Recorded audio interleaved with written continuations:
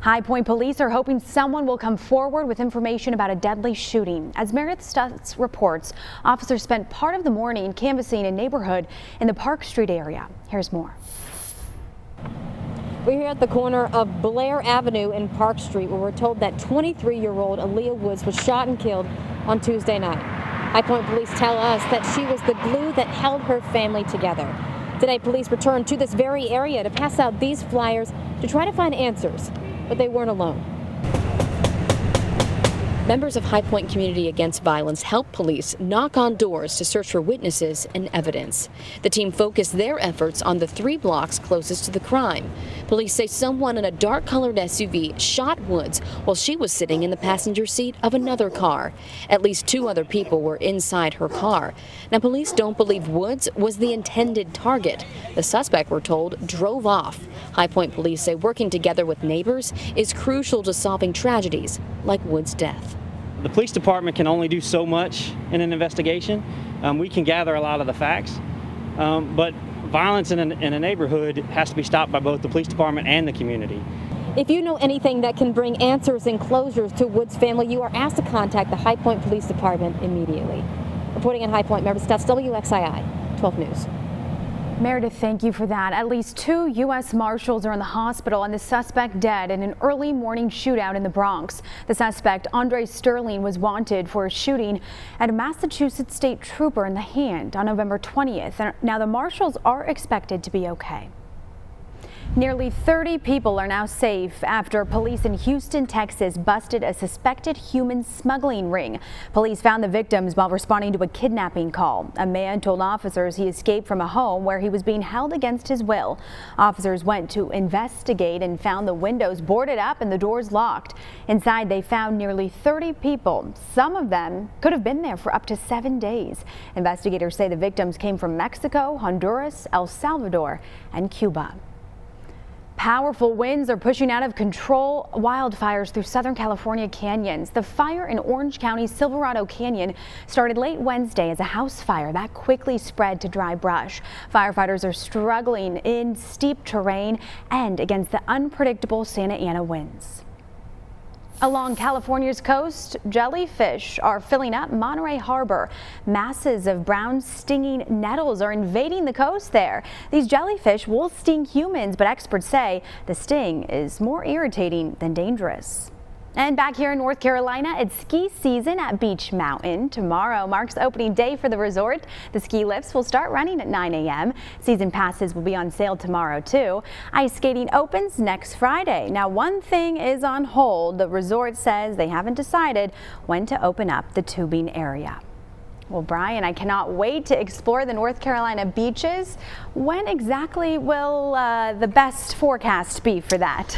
Well, you know, Audrey, some of those places up in the mountains have already gotten a few snow showers over the past week and a half or so, but nothing really decent up there to get the snow season going. But they will before too long. And in fact, the mountains maybe late tonight, early tomorrow morning might get a little brief shower, but nothing that'll amount to a whole ton, that's for sure. Right now, we're just dealing with some clouds here in the Piedmont and some showers that are starting to push into the mountains even as we speak, with temperatures into the 50s right now. 50 in Mount Airy and at Winston-Salem also, 54 in Reidsville, 58 in Burlington, and then mid-50s down in Randolph County around Asheboro. Temperatures up in the mountains a little cooler. The cloud cover's up there around 48 at West Jefferson, 49 in Allegheny County at Sparta right now. The winds starting to pick up, and they're going to really pick up as we get on into the overnight tonight and through the day tomorrow. They have a westerly, southwesterly component that will help to bring our temperatures up a few more degrees this afternoon, despite the cloud cover getting on up into the mid-50s. So maybe we'll tack on another 4 or 5 degrees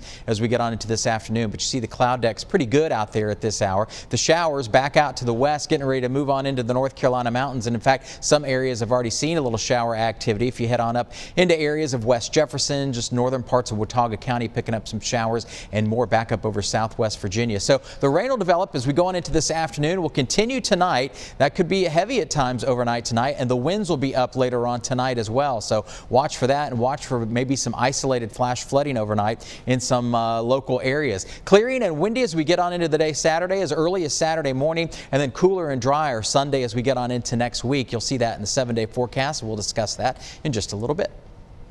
Dave, thank you, and I apologize for calling you Brian. It's Please A-okay. forgive me. Oh, I'm sorry. I'm trying to learn here. All right, Wake Forest Baptist Health is partnering with churches across the Triad for a drive-through winter festival. It's all part of an effort to educate people about illnesses that impact the Black community, particularly Alzheimer's and dementia. People can sign up for an Alzheimer's study, and organizers will provide free masks and flu shots, and also give away more than 1,000 boxes of food. The goal here is to help ease some of the hardships of the pandemic. We do not want to be left behind, and I'm asking the community to be able to respond to that call to action, to have something sustainable. Yes, the food will be here, but we're real clear. It's really more than just the food. This is what our goal is to be able to give some sustainable food at a Saturday, but we want you to understand we have something for you that'll take you past Saturday. The Winter Festival is tomorrow from 1:30 until 4 o'clock at New Zion Missionary Baptist Church. That's on MLK Jr. Drive in Greensboro. Also this weekend, there's help for people who struggle to provide food for their pets. Tomorrow, Forever Friends of North Carolina is holding a pet food pantry in Winston-Salem. There are 3 pickup locations now on your screen for food and wood shavings: Central Tabernacle Church, Compare Foods, and the Habitat Restore parking lot. Hours are from 10 a.m. until noon.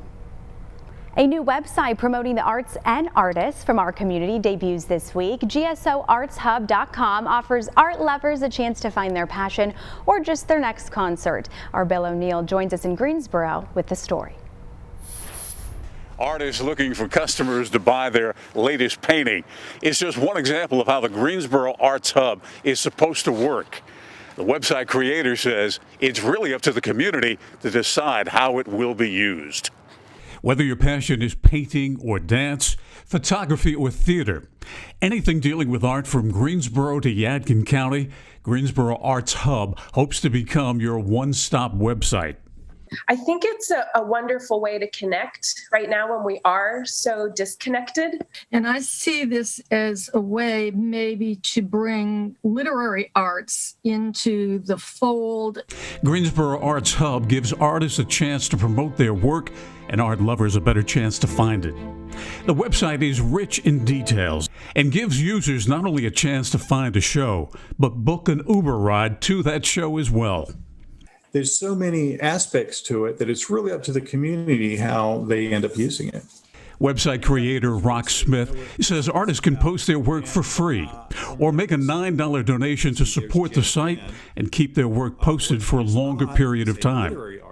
Jen Guy Metcalf is listed on the site. She teaches dance at Elon University and owns her own dance company.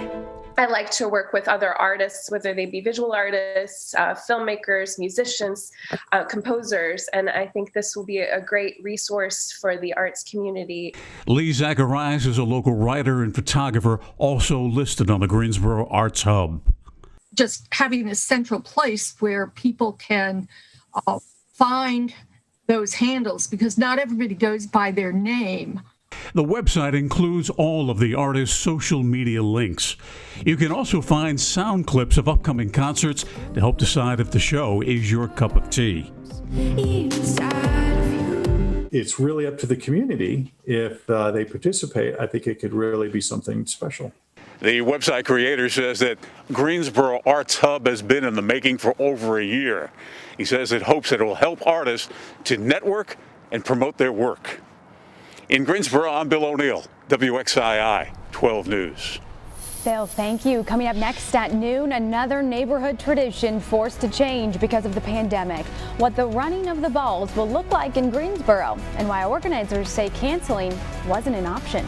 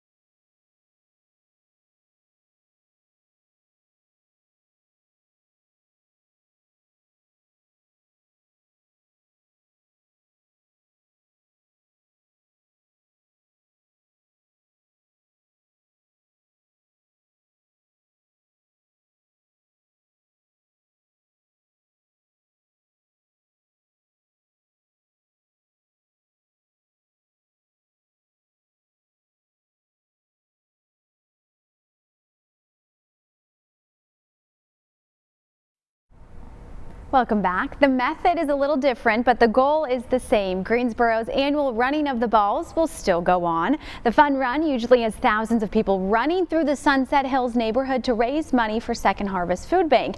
This year, runners will register online and then make a donation. They'll get a t-shirt and other goodies. The fun run's organizer says he could not cancel the fundraiser when so many people are in need right now. They've noticed this year in 2020 a 300% increase in their demand for food. 8 million families have fallen into poverty just in the past year alone. And so, we felt the crazy thing about it is the one year we couldn't have the race was the year we needed to have the race the most. Absolutely, and Laughlin says you can run as far or not as far as you want this year. They're just happy to help out such a worthy cause however they can. A portion of downtown Greensboro is now Tinseltown. This is a new holiday experience in LeBauer Park. There are 50 uniquely decorated trees all on display. The town of Huntersville has done this in the past. These are examples of what its Tinseltown looked like here on your screen now. The Greensboro Tinseltown will be on display tonight through December 27th. A nursing home facility in Kentucky is finding ways to bring residents holiday cheer during the pandemic. Volunteers are decorating residents' windows for the holidays, and Alex Durham says the Adopt a Window event has certainly been a hit. My office is right behind the receptionist, and all day it was, Carrie, you have another call. Carrie, you have another call. I'm like, oh my God, what's happening? In order to deck the halls, the team at Signature Healthcare North Hardin called on the community, and they came running. By decorating the window any way they prefer, with battery-operated lights, wreaths, paints, just a little bit of everything. It's been a lot of fun. Created by Carrie Jewell and the rest of the Quality of Life team, volunteers were able to adopt a window to bring residents a little holiday cheer. Usually the families, and we have volunteers who usually would come in and help our elders decorate. So we had to just think outside the box a little bit. In just days, all 85 resident windows have been adopted, and the decorating is underway. We've also started adopting out some of our office windows, and community members are jumping on that as well. They're enjoying that. Facility Administrator Casey Luca hopes this brightens residents' spirits. The residents are loving it, and when we told them they were doing it, they lit up. So I think they want to feel the love too. Luca is overwhelmed by the response from community members. With residents being drastically impacted by COVID-19, she says this is a true gift. For us, with not being able to have those indoor visits and that hand-on touch with family members, it's the least we can do for them. Hi, I'm Jeff Rawson. Coming up on Rawson Reports, we hear about the big drug companies, the new COVID vaccine every single day, but you're wondering, how do I get it? Now, Rawson Reports with an inside look at how smaller local companies are working behind the scenes.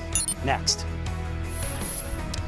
Well, some of you might have had a little brief shower activity very early this morning, but now over Graham, as we take a look there, you can see the clouds, well, they thinned out a little bit in some spots, but thicker in others. We're going to see some rain in our forecast as we go into the next, 6 to 12 hours or so. So watch for that. We'll have the details on it, what you can expect for your weekend coming up in just a little while.